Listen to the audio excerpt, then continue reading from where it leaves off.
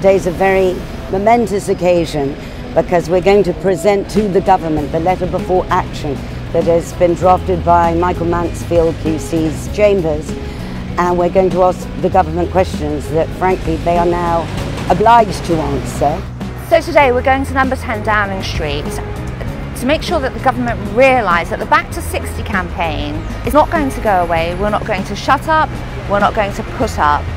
We are here today to deliver the letters to Downing Street 10 in order to make sure that the Prime Minister and the Treasury listen to our voice. It's now no longer just a petition for 50s women.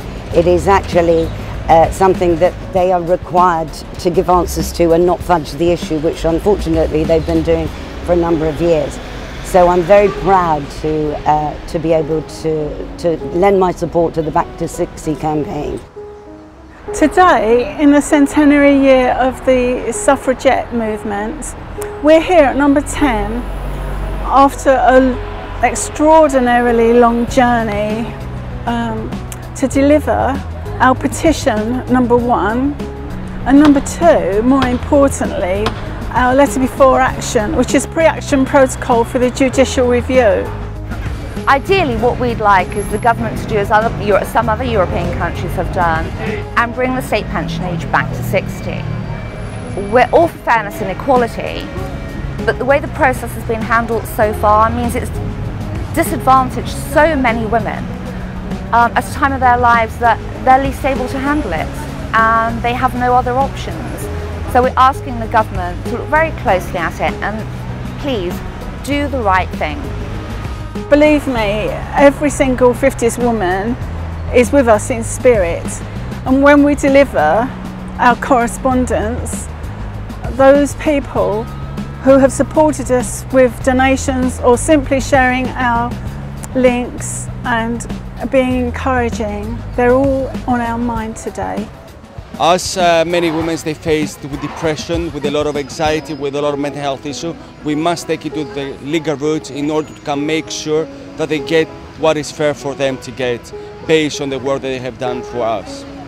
If the government don't respond to the letter of intent, or they don't respond considering what we'd like them to do, i.e. a deferral of the state pension age, then we will have no choice but to press forward with a full legal challenge, starting with a judicial review. It is very important to challenge the government legally because the way I see it, the state made a contract with the people that if you work and pay your contribution, then you would be entitled to the NHS service as well as your state pension. They have unilaterally, without consultation, decided to punish or penalize these women by depriving them of their benefits.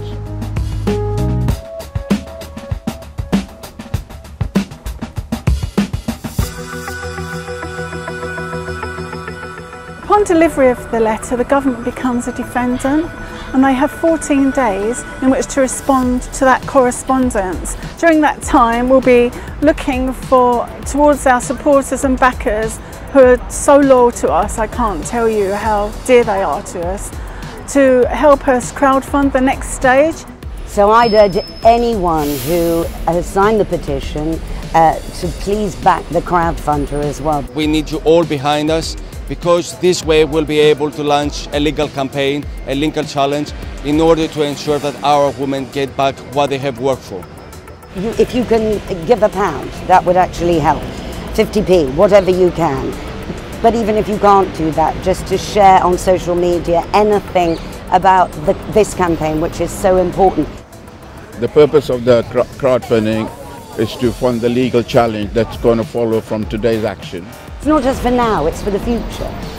You know, we have to think of our parents, our sisters and brothers, those who now have young children. You know, we have to think about them, because if the government continues like this, we'll all be working until we're actually dropping dead, and we won't ever be able to rely upon the government to give us anything that we've worked for all our lives, that we're entitled to and that we deserve.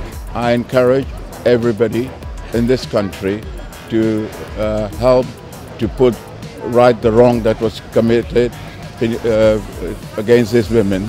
I really want people to step up and support the next crowdfunding challenge that we're putting out there, because A, it keeps the visibility out there, it creates awareness, but most importantly at all, this huge collective action that we've got going on helps to finance any future legal proceedings that we need to take against the government. It's so important that we stand together, as Michael Mansfield has said, to hold the direction. It's critical to hold the direction. And it's to keep the campaign moving it forward all the time, so the government can't be let off the hook and can't be on the back foot. You know, we've got this far, we can't fail at the last hurdle. We've got to continue and push and fight and get them genuinely to listen to us.